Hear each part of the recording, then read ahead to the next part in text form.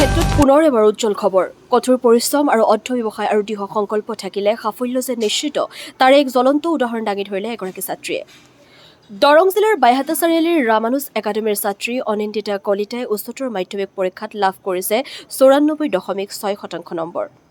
এই উৎকৃষ্ট ফলাফলে অঞ্চলটোলৈ কঢ়িয়াই আনিছে গৌৰৱ আৰু আনন্দৰ পৰিৱেশ। অনিন্দিতা কলিতাৰ পিতৃ কেশৱ চন্দ্ৰ কলিতা আৰু মাতৃ সংগীতা কলিতা। তেওঁলোকৰ ঘৰ দৰং জিলাৰ ভেৰুৱা গাঁৱত অৱস্থিত। জানিব পৰা মতে অনিন্দিতা নাগৰা নামৰ বাঠিকা। বহু কষ্ট আৰু প্ৰতিবদ্ধকতাৰ মাজতো তেওঁ নিজৰ শিক্ষাৰ যাত্ৰা অব্যাহত ৰাখি এই উল্লেখযোগ্য সফলতা অৰ্জন কৰিবলৈ সক্ষম হয়। অনিন্দিতাৰ এই সাফল্যই প্ৰমাণ কৰি দিলে, যদি ইচ্ছা শক্তিৰ দৃঢ় থাকে তেন্তে কোনো বাধাই সপোন পূৰণত বাধা দিব নোৱাৰে।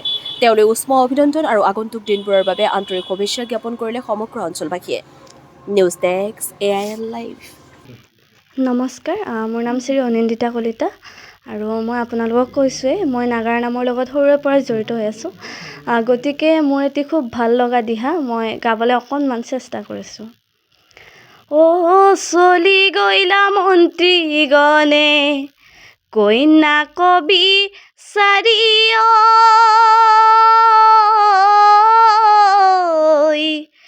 কন্যা কবি চাৰি গাঁৱে গাঁৱে ঘূৰি ফুৰে গাঁৱে গাঁৱে ঘূৰি ফুৰে কন্যাৰ সন্ধান লৈ চলি গৈলা মন্ত্ৰীগণে কুন্দিল নগৰে ব্ৰাহ্মণ যি আৰিয়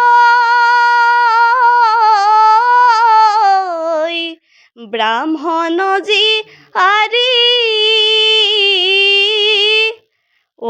অতিকৈ সুন্দৰী কন্যা অতিকৈ সুন্দৰী কন্যা দেখা তপেশ্বৰী চলি গৈলা মন্ত্ৰীগণে কৃষ্ণ।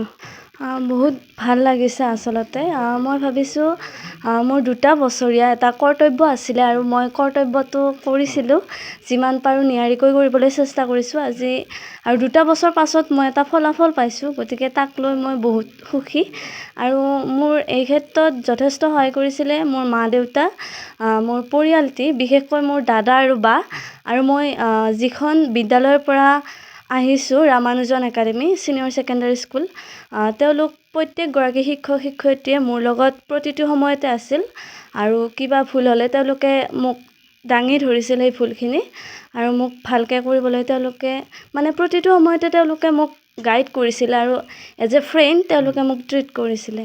মোৰ কোনো তেনেকুৱা একো ৰুটিন ফ'ল' হোৱা নাছিলে, কাৰণ মই যিহেতু আপোনালোকক কৈছোঁ মই নাগাৰা নামৰ লগত জড়িত হৈ আছিলোঁ। গতিকে মই কলেজটো থাকে, গতিকে কলেজৰ পৰা আহিলে দেৰি হয়, তাৰ পাছত অকণমান শোৱা যায় যিহেতু ভাগৰ লাগে, তাৰ পাছত ডেইলি 4-5 ঘণ্টাকৈ পঢ়িছিলোঁ।